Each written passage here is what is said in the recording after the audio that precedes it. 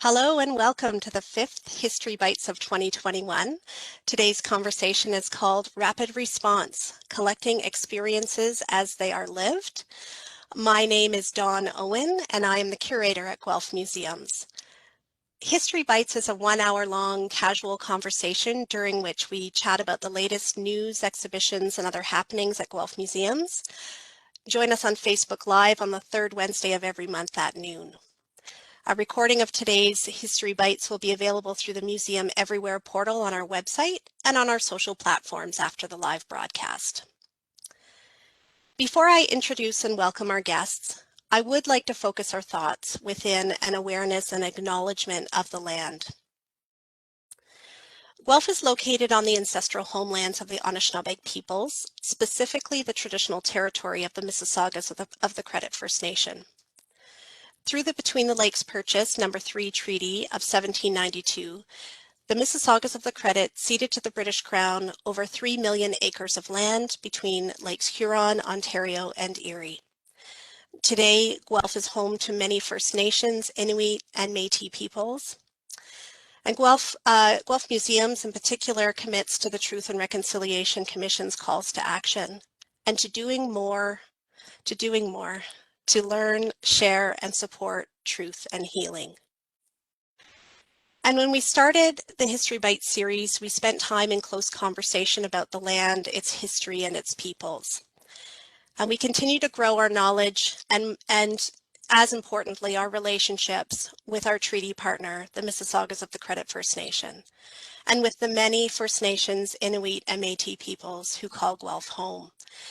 This informs all that we do at the museum and underscores our commitment to each other today and for the health and well-being of future generations. Today's conversation is inspired by a project called Rapid Response Collecting, which was launched by Guelph Museums during the first wave and lockdown of the COVID-19 pandemic. We knew then what we know now, that we were living through a major moment in world history. I'd like to share an image to kind of pictorialize what the Rapid Response Collection, sort of how expansive the collection itself is starting to be. So I'm just going to share this image.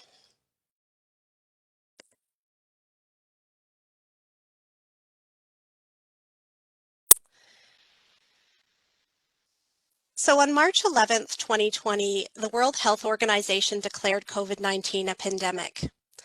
On March 17th, Ontario declared a state of emergency, prompting citywide closures and social distancing protocols.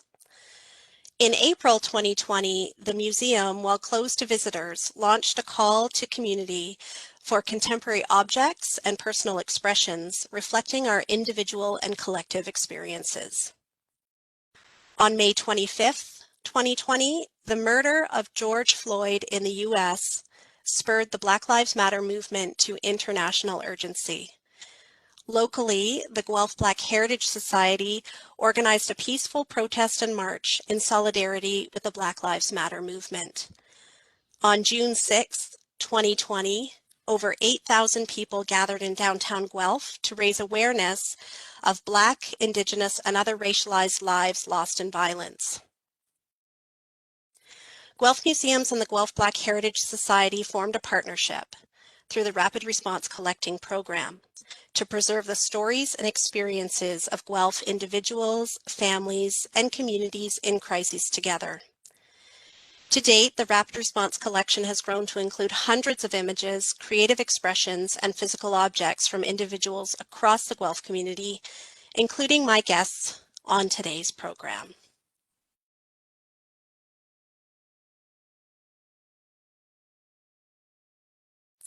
And it's my great pleasure to welcome our guests today. I'm going to share a short biographies for all of our guests, and may I say this is just a snapshot of the phenomenal work and lives that these individuals live every day. So I'll begin with Kween. Kween was born and raised in Guelph. She's a University of Guelph alumni, valedictorian graduate from the Randolph Academy for Performing Arts. Kween is without doubt living out her passions. What a tremendous role model. She's a dance teacher, actor, singer, and advocate. She also owns the Kween Company and co-owns the Heels Academy. Within the colored communities, Kween advocates for the rights of African and Caribbean people and continuously works on activism and mentorship for her Black community. She currently is one of 3 holding an artistic residency with Guelph Dance 2020-2021, promoting BIPOC art, and through her show, Rogers Channel 20, Diverse and Converse. Kween is the leader of the Guelph BLM protest and the executive director and social justice initiatives coordinator for Guelph Black Heritage, and is honored to be a role model for her city. Kween, I am honored that you've joined us today. Thank you so much and welcome. Oh, thank you for having me. I love discussions with Dawn. It's maybe a new series that will have to start. I am in it to win it, my friend. I would also like to welcome Justin Reid. Justin is an activist that has a background in community organizing and youth leadership. He is also a cannabis sommelier and educator that is also always, I think, striving to build bridges and knock down closed doors while eliminating the stigma around surrounded by cannabis. He has been one of the pioneers in the industry, setting a standard and making changes toward a better future. I feel, Justin, that there might be some other kind of conversation that you and I might engage. It's such a pleasure to have you join us today. Welcome. Thank you so much for having me. It's honestly a pleasure to be here amongst other great people, the souls. Yeah, honored to be here. So thank you for having me. Thanks so much, Justin. I'm very pleased to also welcome Kavya Yoganathan to the program today. Kavya is a media artist born in Sri Lanka, and she immigrated to Canada as a refugee in 2004. She spent her formative years growing up here in Guelph, where she now works, lending herself and her skills to community building work. She's the founder of Leaders of Today, a program through which she aims to create space for youth, community engagement, and activism through arts-based storytelling. Welcome, Kavya. Thank you so much for joining us today. Thank you so much for having me. It's a pleasure to be in this space and to share space with all of you. So thank you for having me. Lovely. And I'm also very pleased to welcome June Wilson. June lives and works in Guelph, Ontario. She was born in Scotland and immigrated with her parents to Canada in 1966. June has been married for 38 years, has 5 children, 6 grandchildren, and has been a loving daughter to her hero, her father, Frank Docherty. In 2012, June's mom passed away from cancer, and from that time on, she became her dad's primary family caregiver. June is an inspiration to her family and welcomes every opportunity available to share Frank's story with others. And I'm so pleased, June, that you're here today to do just that and to share some other things as well. Welcome so much. Thank you very much for having me and letting me share my very personal story. It's a pleasure to have you with us. Yes, absolutely. And Allison Dunkley, I'm so delighted that you're able to join us here today as well. Allison is an avid crafter, mostly in crochet, needle felting, and knitting. She runs I love this, bracketed, usually busy urgent care medical clinic on Dawson Road. Allison is 58, lives in the east end of Guelph, and shares a house with her elderly mother. And she has an adorable little Yorkie poo named Scruffy, who might make an appearance today, I'm not sure. Welcome, Allison. It's a pleasure to have you on the call today. Thank you very much. I'm delighted to be here, and I'm just assuming that you will hear from Scruffy at some point. We count on it. I wonder, June, if you could put your mute on. I think we're getting a little bit of an audio feedback. Great. Thank you so much. So I thought it was really essential and important for us to start just with a wellness check for everyone on the call today. I framed this as the most important question of the day, and that is simply, how are you all doing? I don't have a plan in terms of who should or may want to respond to that first, but I'm really genuinely curious and concerned that everybody is well and centered in the ways that are most meaningful for you. Who'd like to begin? I can start it off. I feel like I'm good at that. Yeah, I think the best way and what I've been describing is that I'm surviving and thriving at the same time. And I think that's a state that many people can probably relate to. There are moments of really great things that happen, but like, wow, this has been a lot. It has been a heavy year. It's been a heavy year in terms of activism, in terms of environment, in terms of COVID, and like the layers go on and on. So yeah, surviving and thriving out here. I buy into that, Queen. Any other thoughts that the group might want to share this morning? It's June here. I'm surviving. It's been a very, very hard time personally, having to deal with the grief of a loss. Every day is baby steps. I hear that, June. Sometimes it's just, the small things that help us get through, right? One foot in front of the other. Yeah, absolutely. That resonates really, really succinctly with me. Yeah. Yeah, I guess I could agree. I feel like it's one day at a time with everything going on. But it is, I think, a good opportunity to kind of, uh, for me, I find it's a good time to build on myself and really explore things that I may have not explored before, pre-pandemic.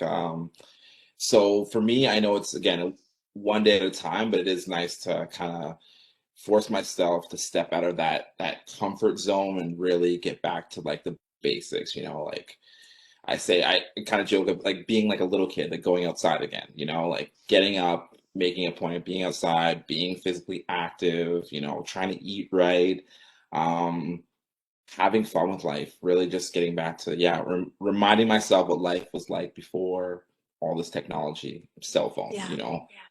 So it's not always easy. I can agree. It is a challenge, but I think, going one foot in front of the other day by day and, connecting with people occasionally, and trying to get that support wherever you can, I think is very crucial. And I personally have found some of the best bonds with people have, even strengthened because of moments like this. You really see who's around to kind of help out and be there. So I think it's been good in that sense. So.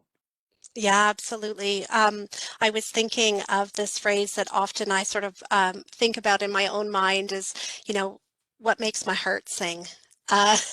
Finding those moments, that are usually really simple when we think about them, but how deeply meaningful they also are is a learning in this time as well for me.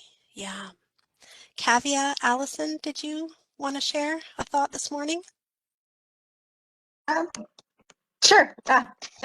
I'm not really sure what to say. I've found it very challenging emotionally.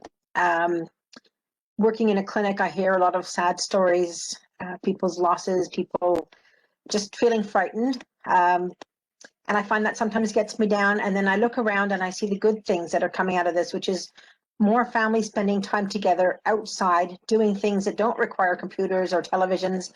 The gardening, I just think that's fantastic. All the new raised garden beds we're seeing in people's lawns and more community gardens. And just people asking after each other, seeing how people are doing. And that's the things that lift my spirits.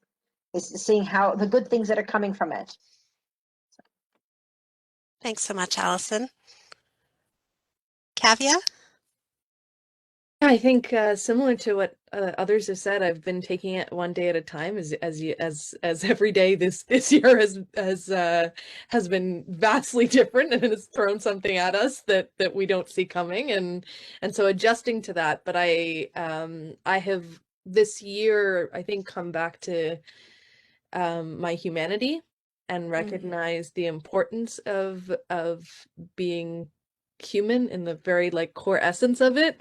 And I've seen and really learned to appreciate the resiliency of human beings, because I think that's what this year has shown me, that resiliency is there, and and when we are put in a time of crisis, I think the human thing to do is to survive, and to survive together. And I've seen a lot of that alongside the violence and all of that. I've also seen the resiliency, and I work with a lot of young people, and so they have taught me a lot about what it means to be resilient, because they just roll with the punches. They just keep getting up and keep going and keep working and keep showing up. And so they've that I think just lights my soul on fire to see that kind of resiliency that exists, and the way that they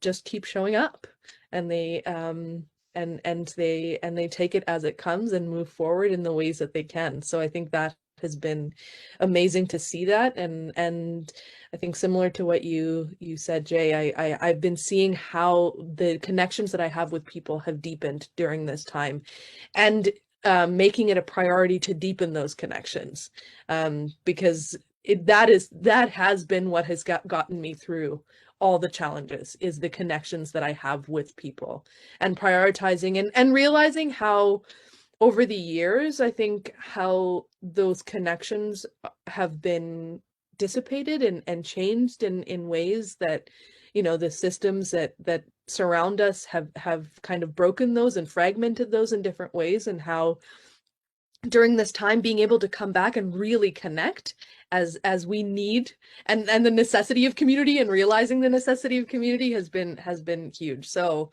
as difficult as it been, I'm grateful for that. I'm grateful for those realizations, and I'm grateful to have those connections. Kavya, you're such a tremendous speaker. You've really touched me in how you've described those connections. And I was just thinking also about, learning not only how deep my well is, but how incredibly deep the well is that is carried in with all the people around us, right? That we just, until our reserves and our resolve is tested, we just don't know how deeply that runs. And it's been an incredible journey. I'll just agree with you completely, in sort of learning that not only about myself, but about everyone else around me too. With that, I would like to shape our conversation, sort of building from that point. And Kween, I'd like to pose a question to you, if you don't mind. And the first, if you don't mind going back with me, sort of like in the first months of the pandemic, or maybe even just a little ahead of the pandemic. And I'll sort of phrase this in this way. Although the Rapid Response Collecting Project has two streams, the quote unquote, the pandemic and the march and protest in solidarity with Black Lives Matter, the experiences that we're living are not isolated, as all of you have just described. And although people are contributing their images, objects, and creative expressions to one stream of the collecting project or the other, the stories they share reflect both individual and collective experiences, and they really can't be siloed from one another. Kween, I'm thinking about the first months of the pandemic and wondering about what was driving your work at the Guelph Black Heritage Society and frankly in the community at large. Yeah, that's such a deep question. Like, just looking back at a time where there wasn't masks, or like thinking about what it was previous to what we're living through now, is pretty wild. And under pretty wild circumstances, I was thrown into a role that I eventually wanted to be in. But really, I was hired, part-time as a way to help with administrative work. And then not only the loss of George Floyd, but Breonna Taylor, Regis Korchinski-Paquette, Ijaz Chowdhury, like Jamal Francis, the names go on and on of community members that we were losing. And I think, so often when we look back to this pandemic, for us, a pandemic was starting 400 plus years ago. And that pandemic continued throughout the virus and continued throughout SARS. It continued throughout H1N1 and it continued into COVID-19. And it's going to probably, unfortunately, continue outside of that as well. And so my role at the GBHS was really, I've always wanted to bring social justice to the forefront. I unfortunately have lost too many brothers and sisters to gun violence, to police brutality, to, the colonial systems that have been holding us hostage for thousands of years, really.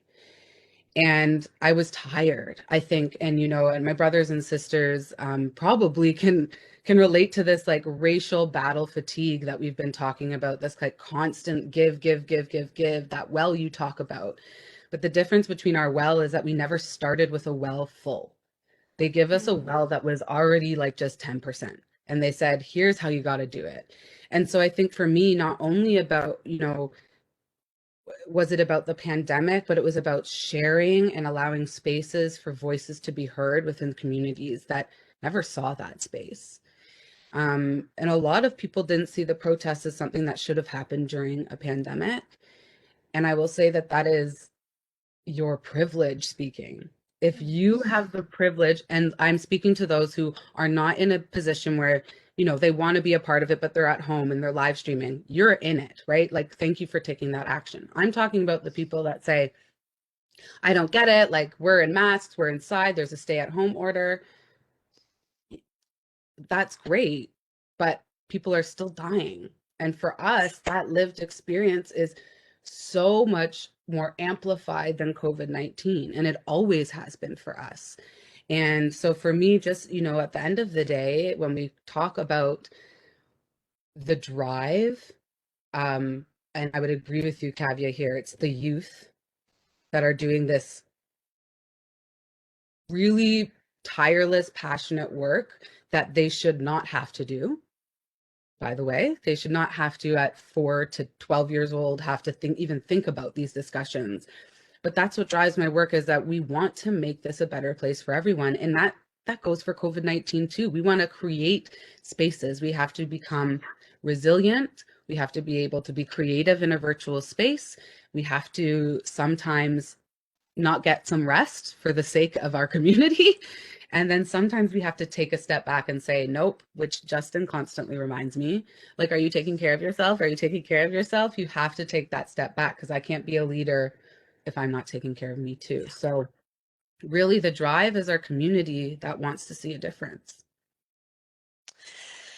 Yeah, you, my mind is turning on all the points you're making, Kween, as is always happens whenever we get together. Whenever I follow you, as I was saying earlier, on all your platforms, and the lessons you're sharing, I think, resonate really elastically across all of our experiences. I also think that there is a collective message here, which is that this work has to be done together. And we have to find those ways. It's not going to look the same every time. It's going to be messy and complicated, but it's work that is essential and has to be done. And it's work that maps into our very lives in an everyday context. It isn't conveniently wrapped up in a project called Rapid Response Collecting. This is one tool that we have that we're hoping to shape around the work that's set ahead of us, and around how our communities are already working and building in really strategic ways. And one of the reasons why I phrased this question and asked you to get us started, Kween, is because, I've been reflecting a lot on sort of the occurrence of the pandemic as a kind of moment that instigates a kind of change and a kind of work. But that change and that work and the experiences that are associated with that didn't just begin in March of last year. So, looking at the long lens of time, looking ahead for that same distance of time, where do we want to be in 5, 10, 100 years from now, 1,000 years from now? So really thinking in a very elastic way about what this moment means for tomorrow.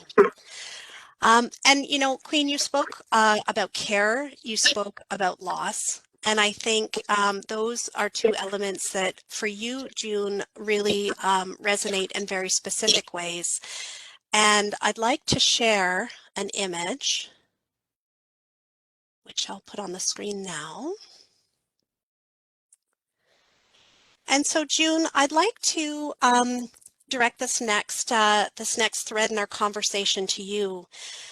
You contributed to the Rapid Response Collecting program not long after we got started, not long after it was launched, and you sent in 3 photographs of your dad, Frank Doherty, who was admitted to a long-term care home just 2 days before the first lockdown was announced. And in the photos that you've shared, some of which I'm sharing on our screen now, we see your dad through a window on your first visit with one another about 5 weeks later. June, can you tell us about your dad, Frank, and what motivated you to share your story with the museum?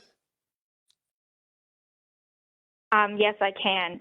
My story seems very small in the scale of everyone else's here, but it is very personal to me, and I'm sure it's a story that many others have gone through.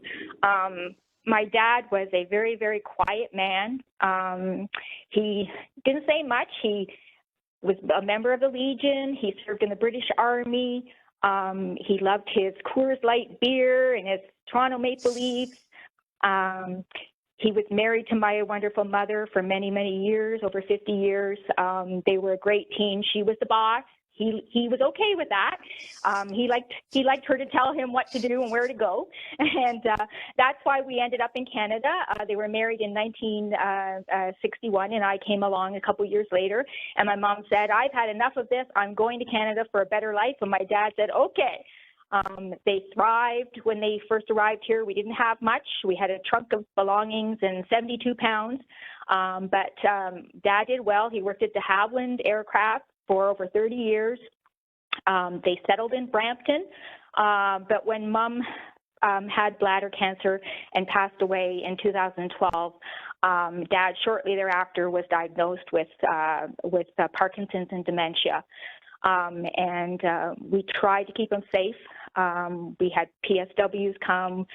We worked with the LIN or CCAC at that time, but he became worse, falls after falls, and of course confusion. So we moved him to Guelph to be close to us. He still had his own little bachelor pad. We had paid for private PSWs. We had the LIN helping us out. But again, with this disease, it progresses. We had his name put on the long-term care list right away when he moved. 2+ years, we were still waiting as he was getting worse. We had to move him then to retirement facilities because he could no longer stay in his home. I was seeing him almost every single day. Worried about him, could not sleep, could not eat, it just was constantly on my mind. I wanted him to be safe. I wanted him to be happy. Eventually, we ended up having to have him in Riverside Glen in Emma's neighborhood because, again, that is for dementia, Alzheimer's, Parkinson's patients. But again, waiting for that long-term care list again, we had our 5 choices, and then finally, the same day he fell and broke his arm, his name came up for his 5th and last choice, which was LaPointe Fisher. I cried. I did not want to put him in, but we had no choice. The way the system is set up, you have to take what they offer. You go off that list for 12 weeks, you start all over. I put him in there. I cried. I didn't want him to go. He was in a semi-private room. It's an older facility. Again, the staffing, we all know the story with the long-term care homes now. It's all come out to light. They did their best, but however, 2 days after he was in there, not knowing anyone, confused, thinking he was in the hospital, this is what happened. The lockdown came, and it just is devastating. My dad is not alone. There's so many like him. These people, they don't understand what's going on. My dad just thought he was in the hospital. He thought I was coming to get him. He thought he just had to wait till his arm healed and everything was good. Eventually, I got to finally have window visits, and that's what the pictures are about. We were so excited that day, but at the same time, it was kind of bittersweet, because as he's waving to me, he was also trying to wheel his wheelchair backwards, and he's yelling through the window, "Go to the front door, meet me at the door. I'll meet you there. I'll meet you there." And I had to go along with it. I had to say, "Sure, Dad, I'll see you at the front door." And I walked away, not knowing that that was going to be the last time. Breaks my heart. Anyhow, he did. Several weeks later, I did get my COVID test done because the government had said, if you get your COVID test done, you can do outside visits. Again, the day that I got my COVID test done was the day that Dad ended up. I got a call from the home. They had rushed him to the hospital. He had choked. What I gather happened was that they gave him supper, put him to bed 6:30 at night, and he must have still had some food stuck in his throat from his supper. And being a semi-private room, an older facility, not having all the latest of everything, I guess they were more concerned about, which is understandable, more concerned about COVID. They did not want COVID in the home because it would have gone right through. And I guess in order to keep everyone safe, Dad was tucked in bed, drape was drawn, and he choked. So anyhow, he was in the hospital, and luckily for us, Dr. Kennedy was the doctor on call. They did not have there was a waiting list for hospice care. If he went back to LaPointe Fisher, he would have had to have had the COVID test done again. He would have had to have been isolated for 14 days. That is no way to die. So Dr. Kennedy asked us if we wanted to bring Dad home to our home to care for him in those last days. And of course, the whole family said yes. So those last 4 days were wonderful, sad but wonderful. We got to hug him and hold him and tell him that we loved him. And everyone was with him. We were very thankful for that. The home did the best they could. But again, this has to change. The whole system with long-term care, these people are vulnerable, and they need a better care. They need more people to be there with them. And that's what brings me to my motivation. The picture was just a wonderful reminder of the closeness that we could have due to COVID. It was through the glass. Dad touched the glass. I kissed the glass. I got to finally see him after 5 weeks, but I was his caregiver, and I missed seeing him every day. I was always there for him. They did not know him at that home. I mean, he was put in there. If we had known, who knows what we would have done. I live every day with the guilt, but they don't know him. They did not know him. Once COVID hit and the lockdown happened, there was very little communication. The facility is very old. It does not have a good internet website address, nothing. So again, we could not do anything by sight on video chats or anything like that with him. So for me, the grieving process took a long time, and still going through it. He was a very good man, hard worker, never took anything from the government, worked hard all his days, and I feel he was let down. But it's motivated me. I've finally made the decision that I have applied, and I'm going through the process right now to become a PSW. I think that is the way that I can help others to also keep my dad's memory alive. And I guess that's about my story. Thank you. June, thank you so much. For most importantly, sharing your dad's story, and not just the story of the end of his life, but the story of his life as a whole. I think, I think when we share stories of trauma and loss, um, we tend to hang on those moments, and also historically. I mean, thinking now and speaking about museums and other educational spaces that tend to tend to pivot the narrative around that loss and that trauma, when it's so very important to not only acknowledge those moments, but also to center our focus on the rich and deep lives around the people that have a host of experiences. And we hope that most individuals, your dad included, had absolute moments of joy, of family, of love. And so your story really reminds me that, oftentimes when we're distilling down our narratives into, well, just that, frankly, narratives, so much of the humanity is lost from that story.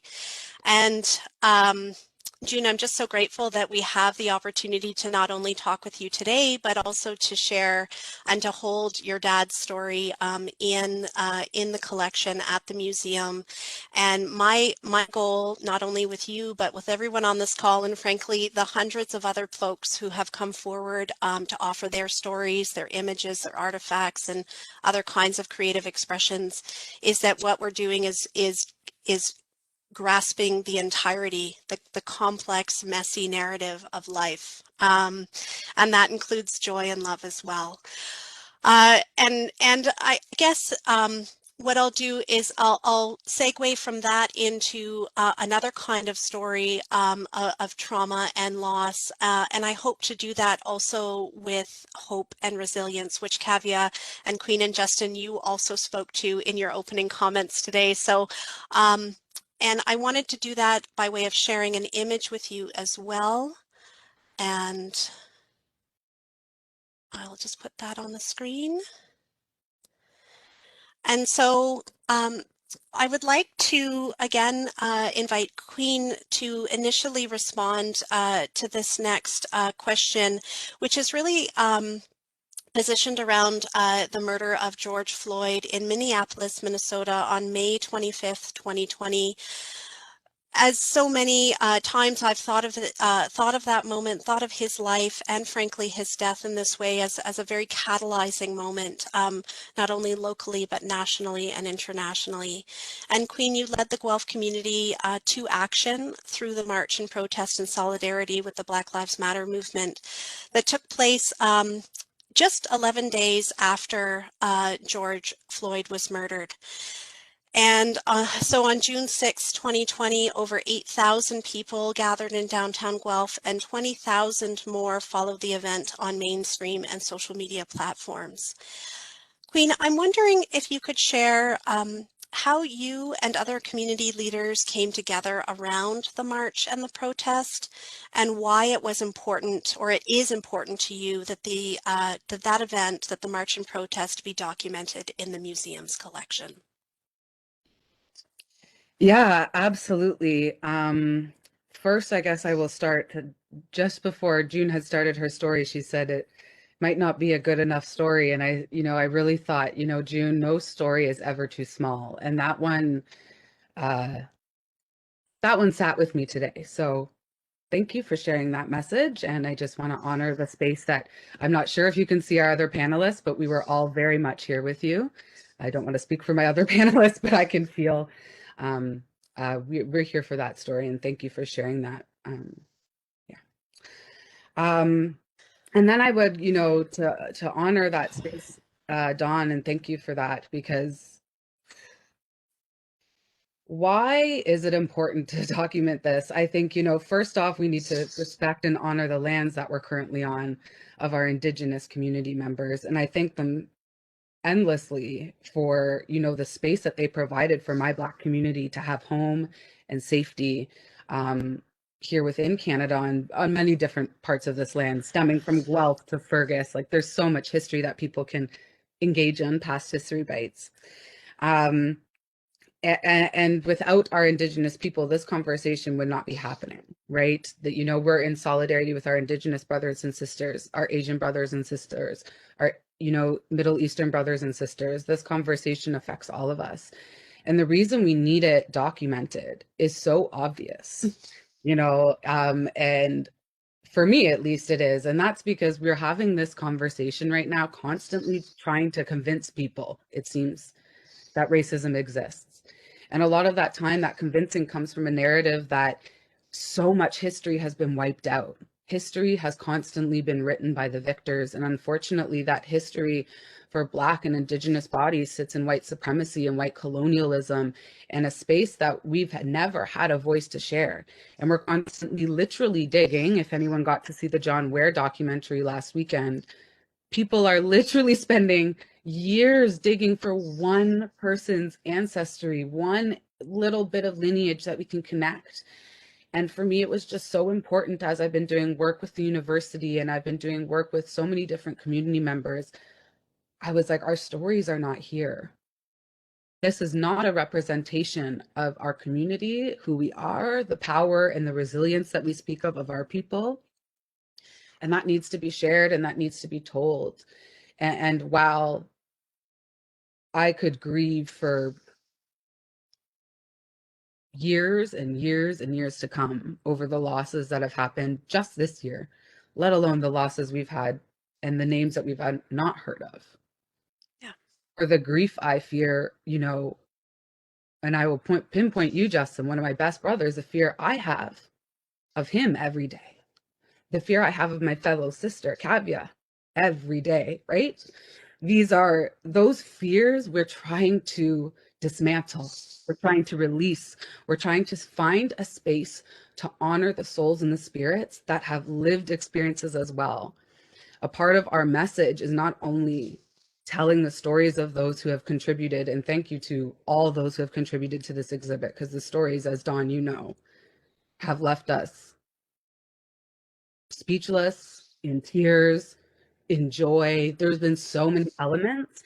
And so I want people to also recognize that we've also wanted to document joy, celebration, survival, thrive, excellence, because we're not just pain and grief. We are so much more than that. And we are not just the stories that we see, you know, we are the stories of George Floyd's daughter. And when we talk about the leaders and the heroes, we're talking about those we've lost, those who have led us to the act. Nothing good brings you into activism, but it's people like yourselves, these panelists that I'm with today, all of you, that keeps us going and reminds us we need to tell the stories. Like, how precious was that story of June's? And I cannot imagine not having experienced that story. Now that I've heard it, I'm like, the whole world needs to know that. And that's how it is represented for each and every single breath of my sisters and brothers who tirelessly do this work. They deserve a space to be heard and recognized in all their glory, Yeah, and all their grief. yeah. Thank you so much, Kween.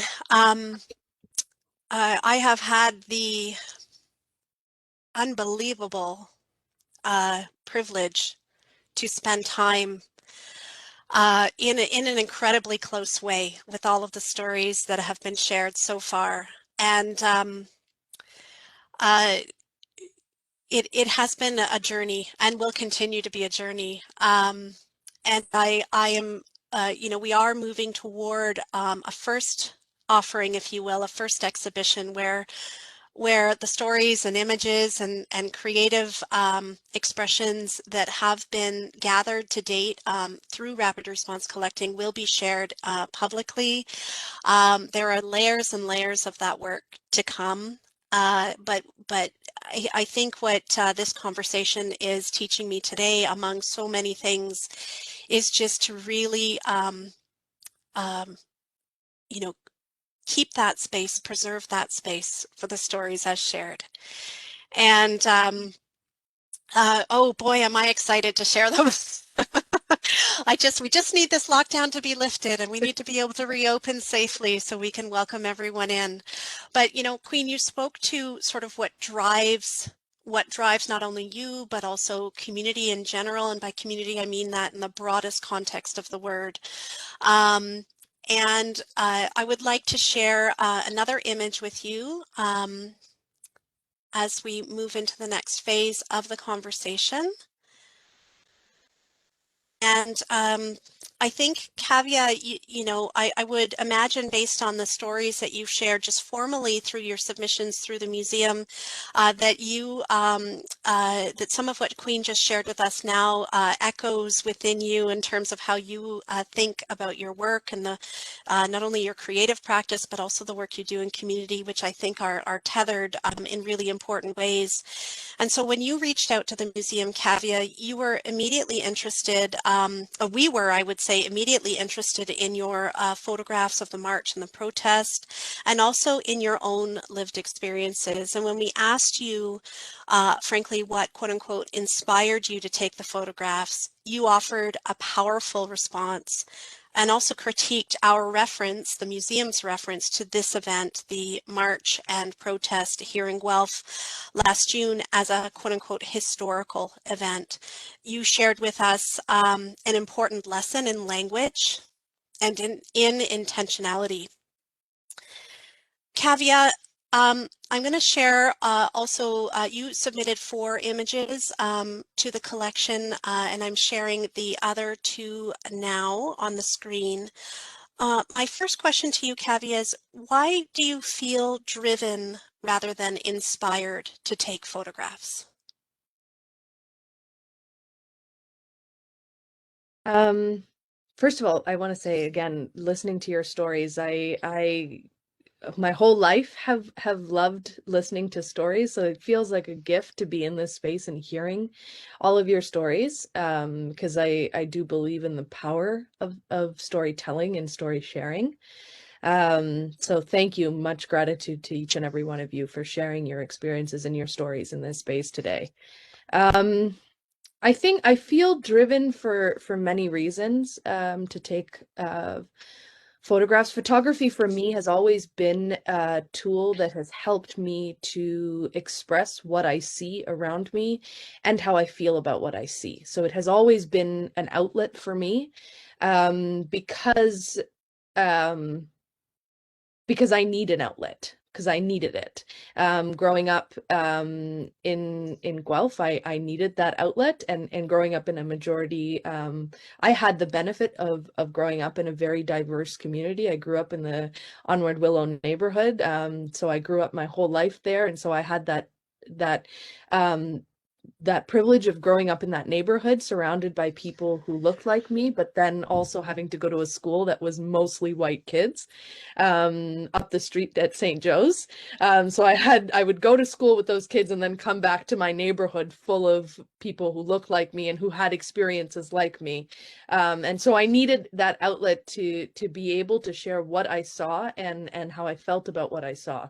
And I think I'm driven by 3 major things in my life. One is my parents, who were and are who were activists back in my home country of Sri Lanka, and who left because of ethnic conflict and civil war, and who came to Guelph and wanted to stay in Guelph because of this close-knit community that they had here, and because they felt that there was a spirit in this community, that wanted to, that there was this activism and activist spirit in this community, which spoke to them.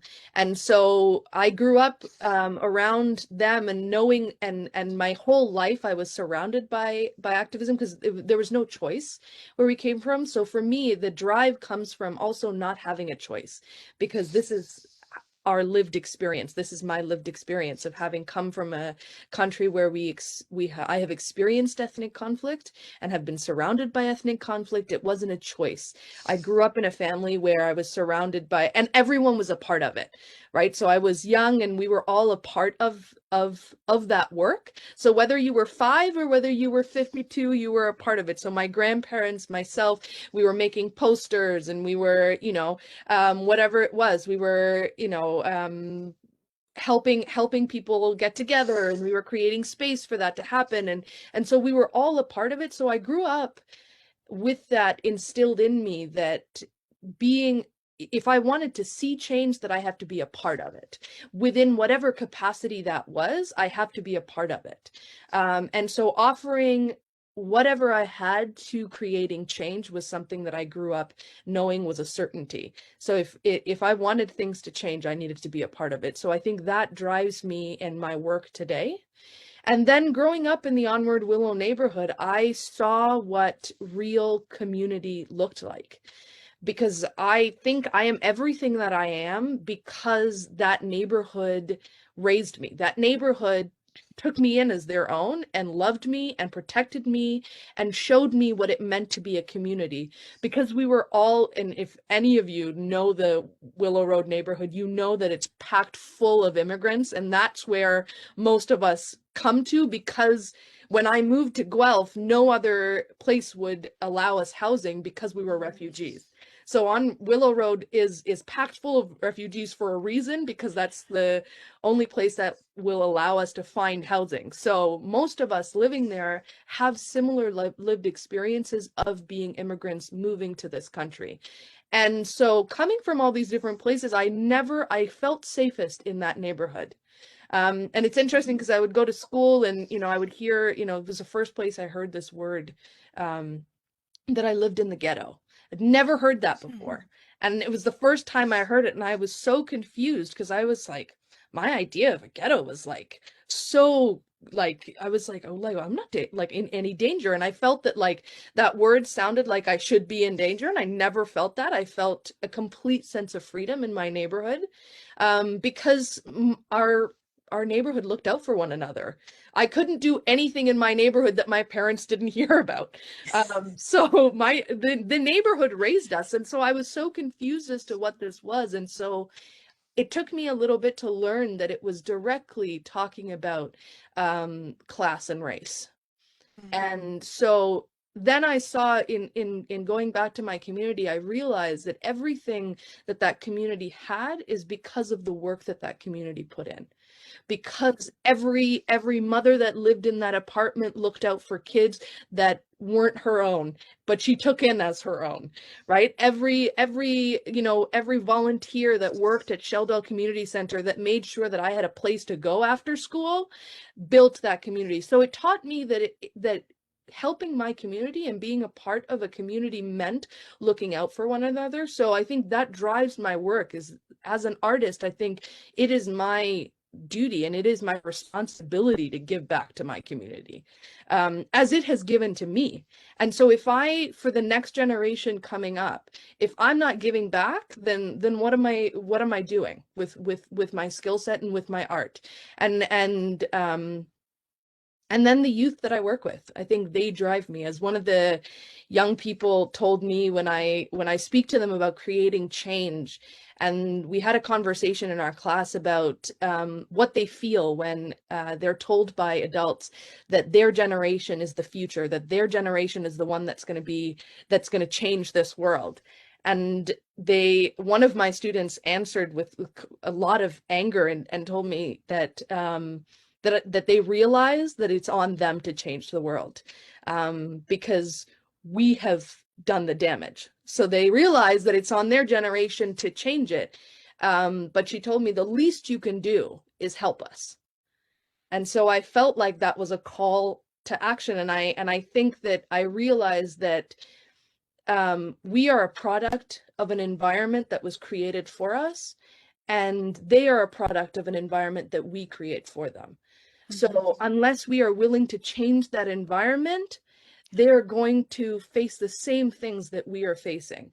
So it is our job and it is our responsibility to create an environment that helps them thrive, right? Because as our ancestors carried the torch from their ancestors, it is our duty to carry that torch forward for the next generation. So I think that is what drives me. And art, I find, is how I express all of that. And art allows me to configure the experiences that have broken me and broken me open in ways that is positive and that builds my community up.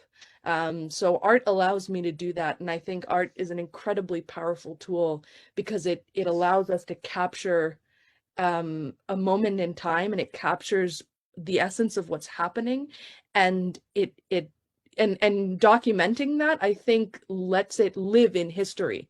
And so I think it's an extremely powerful way in which young people, and it allows me to express myself, and I hope in creating space that allows young people to express themselves as well. So I think that's what drives me to do this work. It's not a choice. It's what I feel is my responsibility as a member of a community. It is my responsibility to do it. Wow, thank you so much, Kavya. You know, you use your words so pointedly, and I'm so grateful to you for that. You know, I think every system, including the museum system, you know, needs to have a reckoning. You know, I feel that with you and together, all of you on this call, all of the folks in our community who are moved in parallel ways that you describe. That includes, you know, what June and what Kween have shared already today. We're going to hear imminently from Justin and Allison as well. But it's the continuous trajectory toward something that is better for everyone. But that journey is where it's so complicated, and I'm just so grateful to be able to have this conversation, but also to really take as the need, as you know, a cog in the system. You know, museums are colonial entities. We have somehow you know, a different set of urgency around change in our space, and I use our as in the collective space. We have a long way to go, but I think we're starting to map and shift into the collection through your contributions, through conversations like this, through what we'll do tomorrow and the day after that and the day after that and the day after that. But thank you for driving at that point so succinctly. And you speak about community and creativity, and I think that certainly, Justin, you very likely found echoes in what Kavya was sharing in terms of how you approach your own creative space, the work you're doing both in your own life and also in community. And I'd like to share an image with you now as well. Put that on the screen. And so, Justin, you recited your poem, This Is It, on the stage at the march and the protest. You also offered the museum a printed version of that poem, as well as a custom-made face mask by the Real Talk clothing company that is printed with the words, I can't breathe. I wonder, Justin, if you could share with us today an excerpt of your poem. Yeah, of course. Bear with me if it's too loud. I sometimes use my stage voice, so it's pretty projectory. But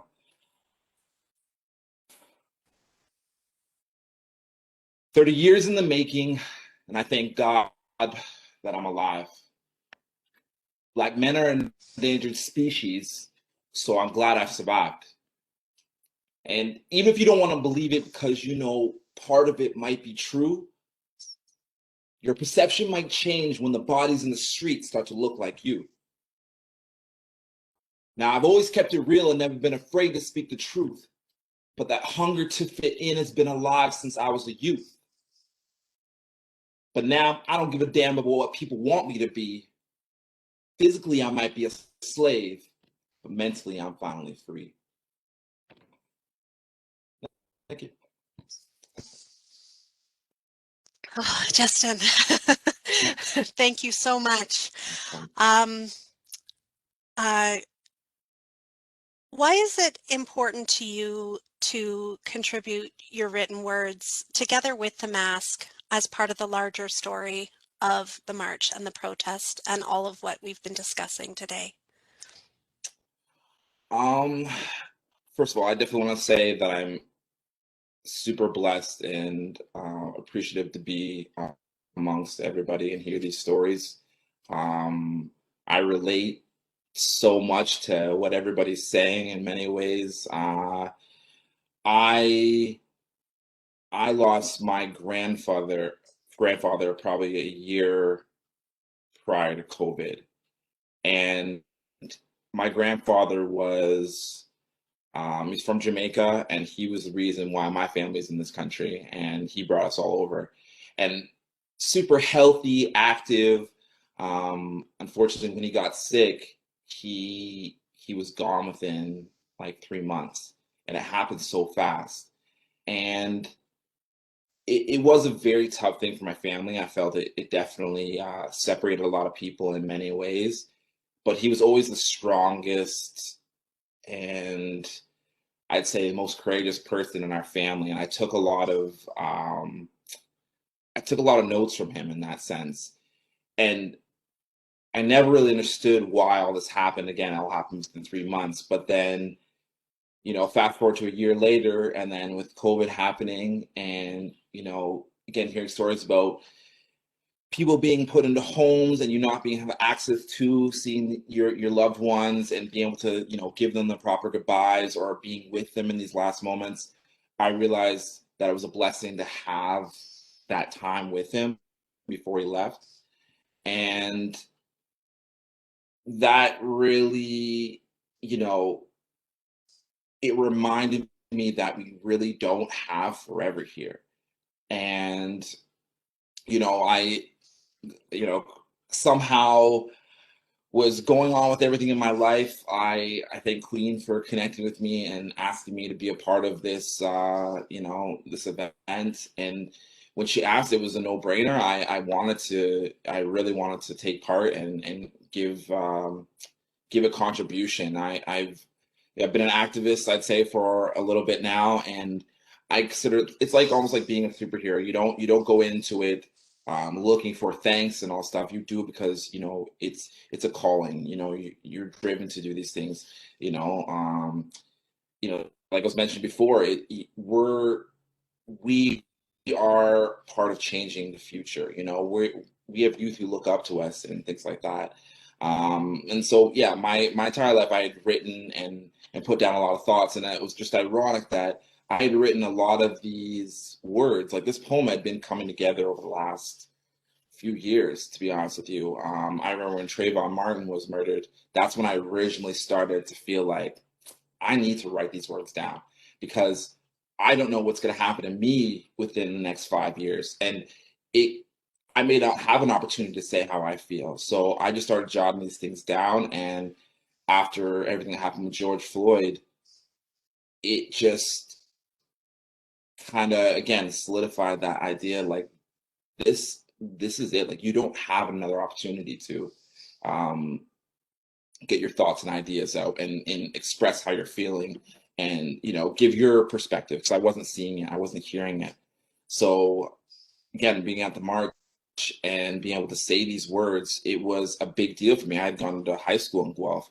I grew up on Willow Road. I know what it's like to be in that community and to feel that love and feel like you want to give back and make a difference. And so it was important for me to stand up in front of the city that I grew up in and went to high school in, experienced a lot of racism and discrimination, and to stand up and just be like, this is it, this is my voice, this is what I'm saying, and you're gonna listen.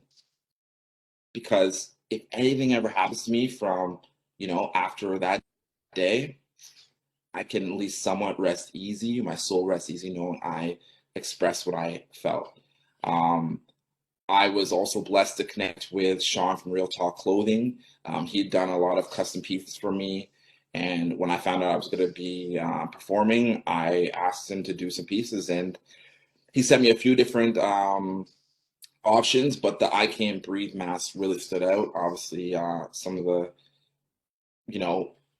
famous last words, obviously George Floyd and things like that. It was it was interesting to walk around with a mask saying I can't breathe, and then to get up on stage and then felt how I felt as if with it, like with my last breath. And yeah, that just to me was just like my one mark. You know, I always wanted to do something. You know, I very much, like I said, I have a background in youth work. I know how important the youth are.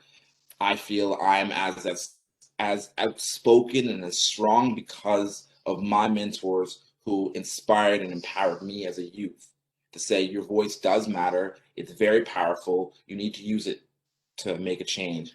And yeah, I just, you know, I always want to make some sort of mark in, I guess, on our history, on our community, on our people. I never really thought it would be like this, but this is a great way to do it, you know? So I thought, yeah, those two pieces were really, really important to, yeah, be a part of that. Thank you so much, Justin. It's such an honor to be able to hold your words, and also the Real Talk mask in the collection. I think, you know, uh, we have a duty to, in those pieces, tether in all of the nuance that you've just shared in terms of not only your own personal experiences, the words you speak, but also how it takes individuals and family and community, and if I could suggest, systems of empowerment rather than systems of power, in order for us to continue to do the work that all of you are so essentially involved with and leading and guiding.